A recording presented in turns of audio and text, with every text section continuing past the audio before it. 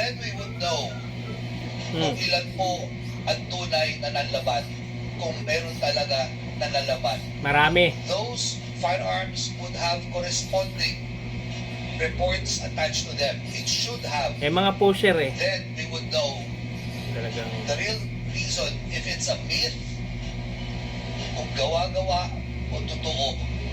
hindi Of course, gawa-gawa what we ang know droga. is that what happened Yung in mga Davao simply was replicated nationwide.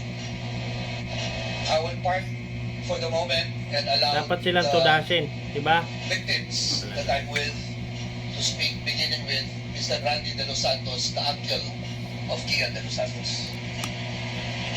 Okay, maraming salamat po, Father Flavi. Thank you for cooperating. Nako, Flavi, Sa lahat ng tao, binabanggit pwede mo, pong maiksi lamang po, ha? ha? Imbestagahan mo ng husto kung The sila next ba is, ano Attorney nangyari sa Christina kanila? Conti, NUPL, NCR. ha? Kung may lapses sa mga pulis pinakukulong. Yes, thank you, Mr. Chair. Hindi yan ang utos ni Duterte na patayin ang mga civilian. Supporters of victims of extrajudicial killings during the time of President Rodrigo Duterte. We charge him as liable for crimes, the most heinous of which would be crimes against humanity in the acts of murder and other inhumane acts. And these acts would include illegal and wanton arrests and detention, torture, harassment, violations of the right against self-incrimination, and most critically, violation of the right against Violation due yung process. pagdodroga nila, hindi ninyo binabiolate. Under the principle of command responsibility, talaga as the kayo. most senior leader, as the commander and the superior authority over police and other state security forces, he is liable for conspiracy because of the institution of a state policy to neutralize, negate, whomever he identified as so-called quote-unquote enemies of the state under the guise Dapat of lang sa kanila anti-drugs, tudasin anti-criminality, dahil and anti-insurgency campaigns. He is liable bibenta as a sila ng shabu principal eh. by inducement Adik or pa, a mga principal kriminal by pa. indispensable cooperation. Ikaw, Having luka-luka ensured ka that pag these yung killings pamilya and mo ang crimes nadali dyan sa are labas sa mga committed adik. with horrifying Saka ka manghihingi ng saklolo dyan sa tuwadkom. ang mga parang sinakuluban ng langit at lupa. Langit at lupa, nagbebenta ng shabu. Pero inaw po namin na hindi po kami sasama, hindi po namin susundin yung imbitasyon ni Presidente Duterte na sumama sa kanya sa impyerno. Dito lang po kami sa mundong ibabaw para po ipaglaban. Huwag ka na magsali-sali sa mga... Please avoid Yes, Your Honor. taunting. Para ka naman. For lack of a better word. Imperno ka pang nalaman. Pangit mo, kalbo ka na oh. Kasi po, dahil po ay mga professional dito. Oo. At gusto po natin na sana maging matiwasay yung ating Kalbo ka na babae ka. Tingnan nyo nga yan. Yes, Your Honor. I'm just Yan po yan, no? echoing statements from the Senate hearing, Your Sige nga. Honor. But Sige nga, anyway, para ang para po sa amin, wala Kita pong ninyo yung kapatawaran, mga kulasa walang na yan. katarungan, at walang katarungan Walang kung walang katarungan. katotohanan. Kaya ito pong pagkakataon na ito Walang ay katarungan para po malaman yung kung mga bakit biktima ang quote-unquote ng war on droga. drugs, gera laban sa droga, naging massacre ng mahihirap. Kung bakit, akala ko Massacre ba maubusan ng ng droga, ang nangyari po, parang meron pa palang protector ng mga drug lord na nasa posisyon.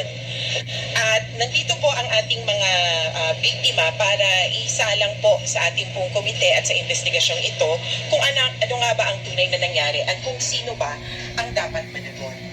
Maraming salamat po, Mr. Salamat po. Chair. Salamat po, Attorney Conti. Ang susunod po na attorney ka pala. magsasalita ay Mangmang ka Miss naman. Christine Pascual. May imperno ka pa. Wala ka naunawaan sa imperno. Po, Mrs. Maaari. Magandang umaga po sa inyong lahat. Ako po Sige. si Christine Pascual, ang nanay po ni Joshua Laksabana po. Na nangarap lang po na isang maging gamer at napagsabay naman niya po yung pag-aaral at ang kanyang kahiligan. Natanong ko lang po kasi sa aking mga nanay, kung hindi rin po, sana po, naging batas Kayo ni dyan, mga President nagtestify po, dyan, versus doon, kung palalabasin naman kaya yung mga biktima maraming namatay ng na droga. inosente mga bata. Wala pa sa 1/4 yung inyong mga pinag... Hindi po kami nasaktan ng kalooban. Saktan kayo sa kalooban ninyo eh. Samantalang yung mga nabibiktima sa droga, mas marami. Napaglaruan yung buhay ng mga mahal namin Hindi sa buhay. pinaglalaruan sila. Kaya kay biro man Kundi po o yung mga hindi, involved sa droga, yun ang Nasabi pinapapatay, niya po, mga kriminal.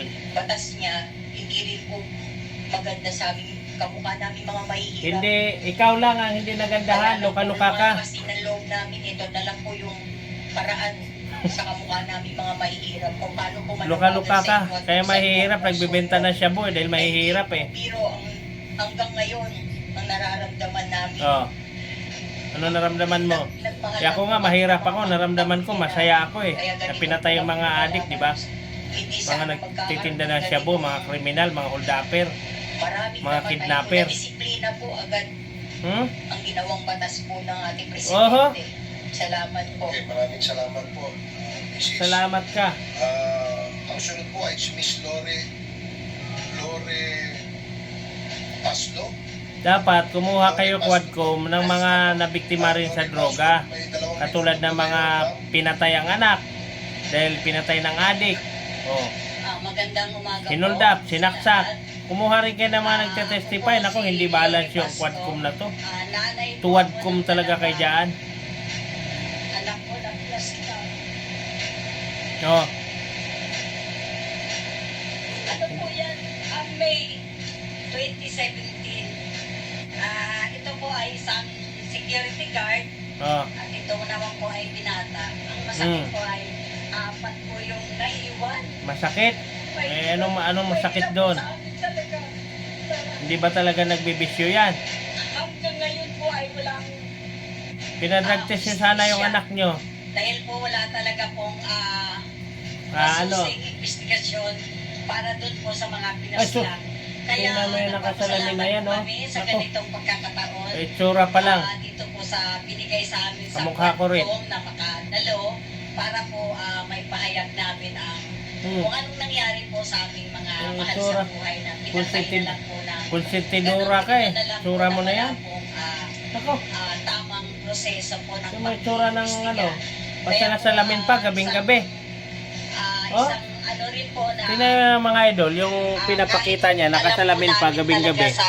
Kita niyo ba yan, oh? Talagang siyempre Ha? natatakot Ito, po ito, kami. ito. Pero ngayon Yan. po ay nakaharap Gabing-gabi, na po namin nakasalamin. si Presidente Duterte at sana po ay inihiling namin na talagang lumabas po ang buong katotohanan na para po magkaroon na ng katarungan ang lahat po ng mga pinaslang, hindi lang po ang aking anak, kundi po lahat po ng Tingnan mo naman, gabing-gabi, nakasalamin yung... ni Ako. Pangulong Rodrigo Duterte, yung madugong patayan po ng war on drugs. Talagang madugo talaga yan pag ayaw nila tumigil sa droga. Ang huling magsasalita ay si Miss Mary Ann Domingo. O sige, Ito, Domingo. minuto po kayo. Kailangan mo, baka maging Lunes ka na. Magandang umaga po sa inyo lahat. Kailangan namang tanghali. Ginawa mo naman tanga yung mga tao. Pinaslan noong September 16. Oh, bakit pinaslang? Narito po ako na nagpapasalamat na Pasalamat ka na pinaslang. Walang hiya naman. sa totoo Oh. lang yung war on drugs. Oh. Lubos kaming nawala ng... Yung war on drugs ha? Inalisan Hindi kami mo ng- naunawaan kung ano ang war on drugs. Yan ang totoo. Kaya nga war on drugs eh, dahil nakikipag-gera laban sa droga. Po noon, natutulog lang po kami na aming pamilya. Nakyat po kami ng mga kapulisan. Paulit-ulit ng pamakawang aking asawa. Eh baka naman yung asawa mo Pagkatapos may po, ginawa. hinila po kami palabas. Sa pilitang kami hinila palabas. Oh, At makikita mo po doon na pati yung isang anak ko po ay pinitpit sa van.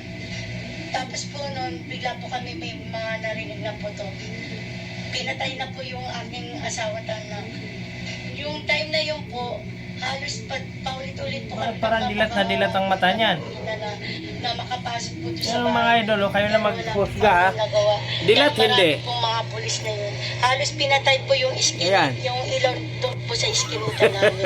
Pagkatapos po, no, Dilat na dilat eh. nadala po sa hospital yung Ano ba talaga? asawa at anak. May lumapit po na mga Oh, ito RPTV ha. Ito reaction natin sa mga kulukay na nandiyan dyan. Yung time na yun, Ha? ako po napapaslang Ang war on drugs, pabor yun sa mga mahihirap, mga inosente. Pabor sa atin yun. War on drugs, yung droga ang kinakalaban. Ito mga ito, hindi na punto war on drugs dyan eh. Ang punto dyan, pinatay